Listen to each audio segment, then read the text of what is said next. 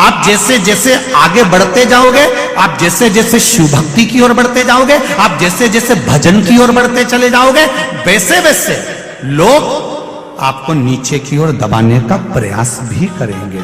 क्यों मंदिर जाती है? किसने कहा तुझे मंदिर जाने के लिए? लोग ठिठोली करेंगे, लोग हंसेंगे, लोग ताना मारेंगे, लोग अपशब्द कहेंगे, पर सब कुछ सुनती हुई जो शिव मंदिर तक चली जाएगी तो समझ लेना कि सब बारे में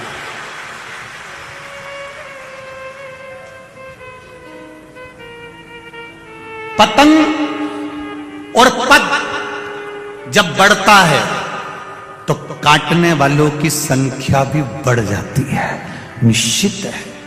पतंग जब बढ़ेगी और पद जब बढ़ेगा, आपकी प्रतिष्ठा, आपका पद, आपकी उन्नति, और पतंग जब ये ऊपर बढ़ती जाती है, बढ़ती जाती है, बढ़ती जाती है, तो लोगों को रास नहीं आती और वह उसको काटने का विचार करने लगते हैं। पतंग बढ़ रही है, उसे बढ़ने दीजिए। आप अपनी डोर बस भोलेनाथ जी के हाथ में छोड़ दीजिए।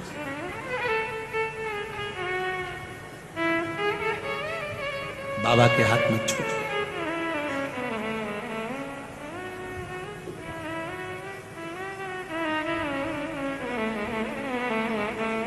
उसकी कृपा जब होगी तब सुख मिलेगा। बेलपत्र ढूंढने के लिए सुख सुंदरी गई, बेलपत्र ढूंढने के लिए सुख सुंदरी की 100 बेटियां गईं, बेलपत्र ढूंढने के लिए सुख सुंदरी के पुत्र गए, बेलपत्र ढूंढने के लिए दामाद भी गया, पर शिव भक्ति, पार्वती जी को कुछ लीला करना थी, बेलपत्र नहीं मिली, नहीं मिली बेलपत्र।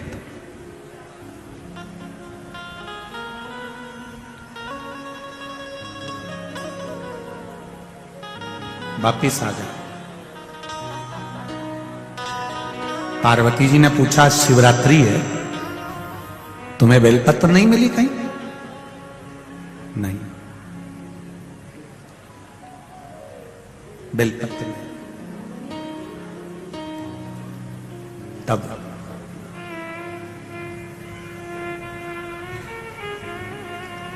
गौ माता की पूंछ को घुमाती घुमाती घुमाती घुमाती, गौ माता की पूंछ को घुमाती घुमाती माता संतोषी वहां पहुंची।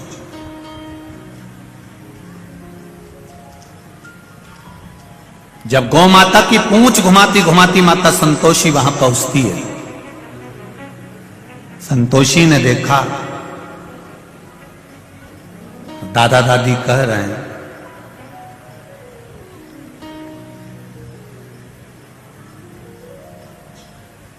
ये दादा दादी, दादी जी कह रही हैं, पार्वती मैया कह रही हैं कि बेलपत्र नहीं लाई अशोक सुंदरी से। बुआ से जब ऐसी बात कही जा रही है तो संतोषी ने गाय की पूंछ को छोड़ा, हाथ का स्पर्श सुंदर भाव से करते हुए हाथ खासा करा, और संतोषी मैया अंदर गई और शिव जी के पास में, दादाजी के पास में जटा में जो बेलपत्र लगी थी वो बेलपत्र उठाकर संतोषी लेकर आई, पार्वती जी के हाथ में दिया, दादी जी चढ़ा दीजिए। दादी जी ने बेलपत्र लेकर पूछा, संतोषी ये बेलपत्र तेरे पास कहां से आई? ये बेलपत्र तेरे पास आई कहां से? संतोषी ने कहा, दादाजी के मस्तक पर चढ़ी थी, ये बेलपत्र मैंने आपको ला कर दी है। चढ़ी हुई बेलपत्र तू मुझे ला कर दी है? संतोषी ने कहा, दादी मां, एक बार मैंने दादाजी के मुख से सुना था, शिव पर चढ़ने के बाद कोई भी चीज निर्मल नहीं होती है, खराब नहीं होती है।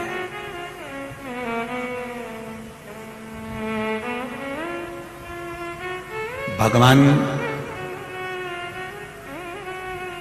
नारायण भगवान के चरण से निकली है गंगा, विष्णु पदी कहलाई है। भगवान विष्णु के चरण से निकली हुई गंगा विष्णु पदी कहलाई है। शंकर जी के ऊपर चढ़ गई तो गंगा भी कहती है मेरा कल्याण हो गया, अब मैं कल्याण करने वाली हो गई। विष्णुपदी का शहद मक्खी का झूठा है,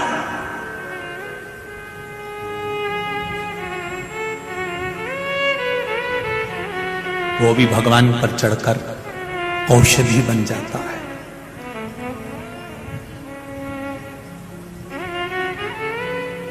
वो भी औषधि बन गई। मेरे शंकर भगवान पर जो चढ़ा वो शुद्ध और आनंदित हो गया। अभी ये कथा जब पूरी हो जाएगी, ये कथा पूर्ण होने के बाद में ये कथा 30 तारीख को पूरी हो जाएगी। 3 तारीख को बड़ौदा गुजरात में, 3 तारीख को बड़ौदा गुजरात में, 3 तारीख से 9 तारीख तक गुजरात वासियों के लिए बहुत सौभाग्य का विषय है कि बड़ौदा में, वैसे तो गुजरात में 2 कथा मिली है गुजरात वालों को, पर उसमें 3 दिसंबर से 9 दिसंबर तक बड़ौदा के लेप्रेसी ग्राउंड में सरदार लस्टेंड 4 रास्ता आजबा रोड बड़ौदा गुजरात में, बड़ौदा के अंदर यह कथा मिली है। 3 तारीख से 9 तारीख तक, 3 दिसंबर से 9 दिसंबर तक कथा का समय पहले दिन तो 1 बजे से 4 बजे रहेगा, पर बाकी के समय 2 बजे से 5 बजे रहेगा। तो उस कथा का मूल तत्व क्या है? जैसे यहां द्वादशक ज्योतिर्लिंग पर कथा चल रही है, वहां जो कथा होगी शंकर भगवान के प्रसाद पर कथा होगी कि शिव जी का प्रसाद 3 हिस्से क्यों होना। शंकर भगवान का जब पशुपति व्रत किया जाता है तो पति भी व्रत कर रहा है, पत्नी भी व्रत कर रही है, तो पत्नी जिस पात्र में प्रसाद बनाई है उस पात्र को प्रसाद बनाने के बाद धोया क्यों जाता है, और पति के लिए जब प्रसाद बनाएगी तो पात्र धोकर क्यों रखा जाता है? उस प्रसाद की महत्वता को जाना। शंकर भगवान को कौन सा प्रसाद लगता है? शिव जी का प्रसाद 7 स्थान ऐसे बताए गए हैं जहां पर शंकर भगवान के प्रसाद को नहीं रखा जाता है।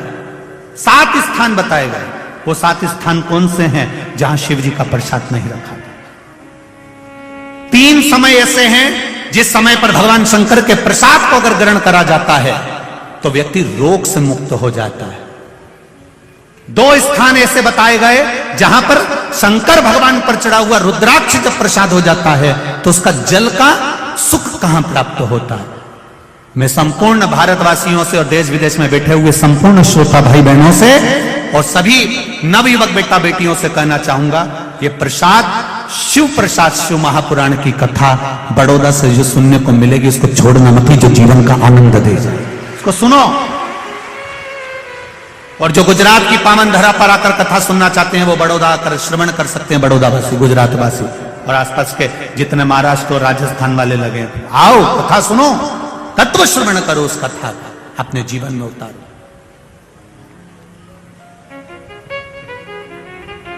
समझो उस प्रसाद की महत्वता क्या है,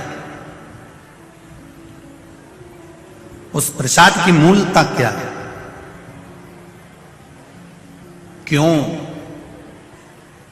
पीपल के वृक्ष के नीचे रखा हुआ प्रसाद का क्या महत्व होता है, आंवले के वृक्ष के नीचे रखा हुआ प्रसाद का क्या महत्व होता है, बट वृक्ष के नीचे रखे हुए प्रसाद का क्या महत्व होता है, उसकी महत्वता।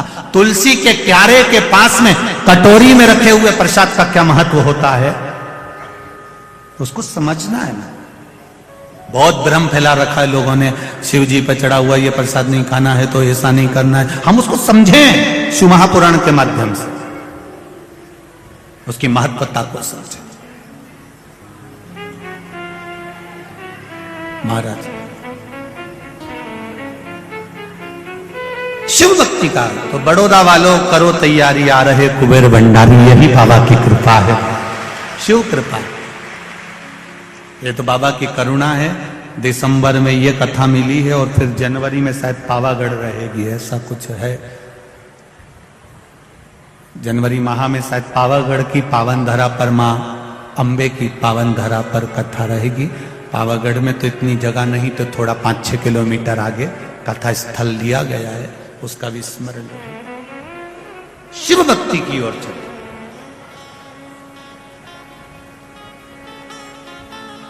और 4 अप्रैल से 10 अप्रैल तक आप लोगों को मालूम ही है कहां पर है। वाह, सब तैयारी करके बैठे हो मतलब अभी से पक्का हो गया है? तो उस समय पर उज्जैन में कथा रहेगी 84 महादेव का आनंद और बाबा महाकाल की नगरी में विक्रमादित्य शिव महापुराण की कथा का रसतत्व ग्रहण करेंगे बड़े आनंद के साथ। शिव कथा का रसतत्व। हर हर महादेव।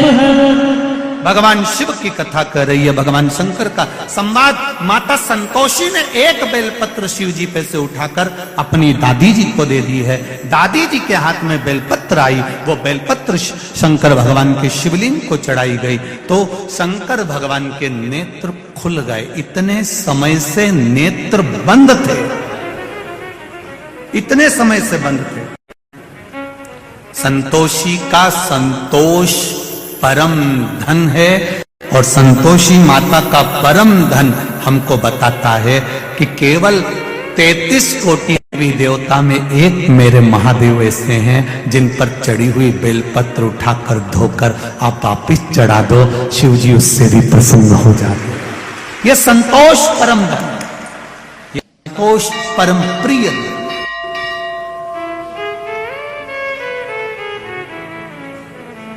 और संतोष परम प्रिय धन का आनंद भी यही है।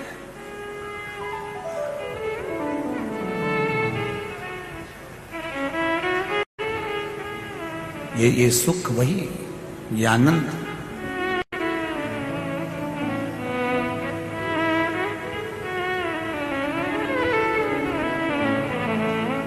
महाराज जब अशोक सुंदरी ने यह बात का प्रसंग लिया, अशोक सुंदरी के जीवन में ये सुख मिल गया और वो पहचान गई कि बेलपत्र समर्पण का क्या फल है।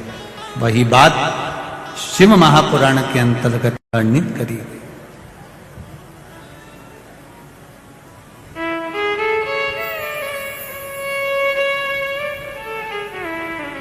तेरे डमरू की धुन सुन के मैं काशी नगरी आई हूँ। तेरे डमरू की धुन सुन के मैं काशी नगरी आई हूँ।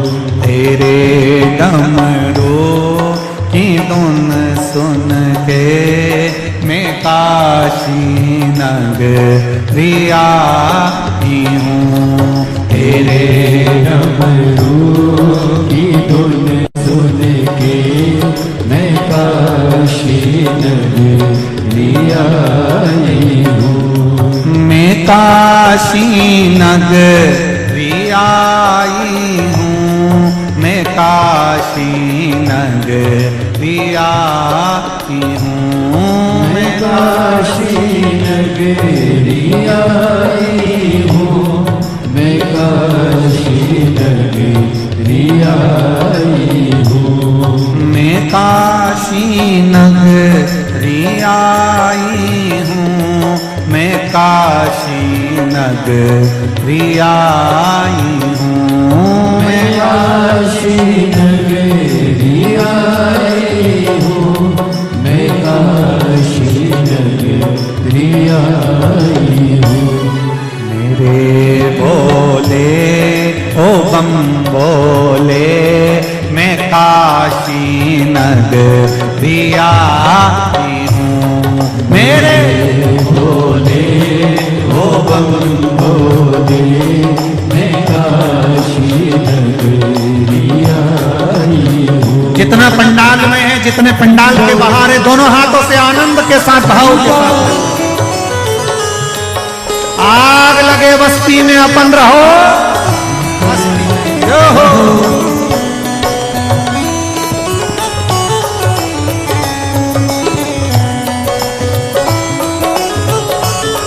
चैनल वालों से निवेदन है जो रोड पर बैठे हैं, जो भगवान की भक्ति का भजन कर कर नाच कर आनंद ले रहे हैं, उनका भी दर्शन अवश्य कराइएगा भाव के साथ। जो हो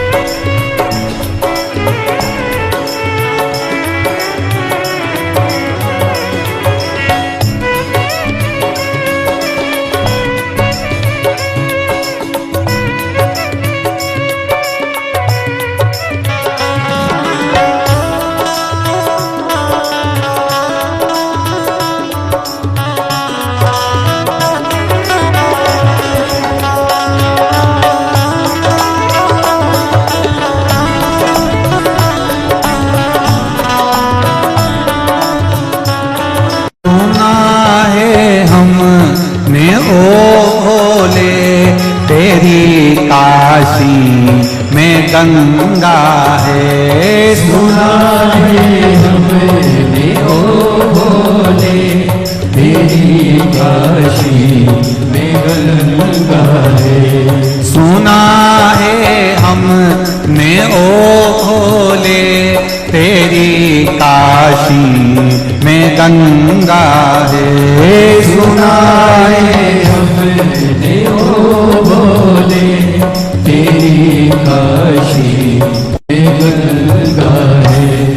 उसी गंगा को नहाने को मैं काशी नगरिया आई हूँ। उसी गंगा को नहाने को मैं काशी नगरी आई हूँ। मेरे भोले ओ बम भोले मैं काशी नगरिया आई हूँ। मेरे भोले ओ बम भोले मैं काशी नगरी आई हूँ।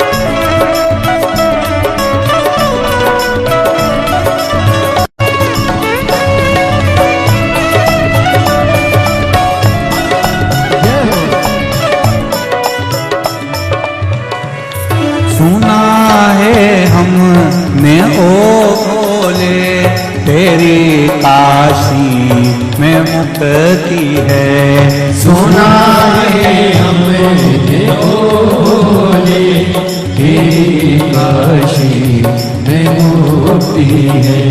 सुना है हमने ओ भोले तेरी काशी में मुक्ति है। सुना है हमने ओ भोले तेरी काशी में मुक्ति है। उसी मुक्ति को पाने को मैं काशी नगरिया आई हूँ। उसी मुक्ति को पाने को मैं काशी नगरी आई हूँ। मेरे भोले ओ बम भोले मैं काशी नगरिया आई हूँ। मेरे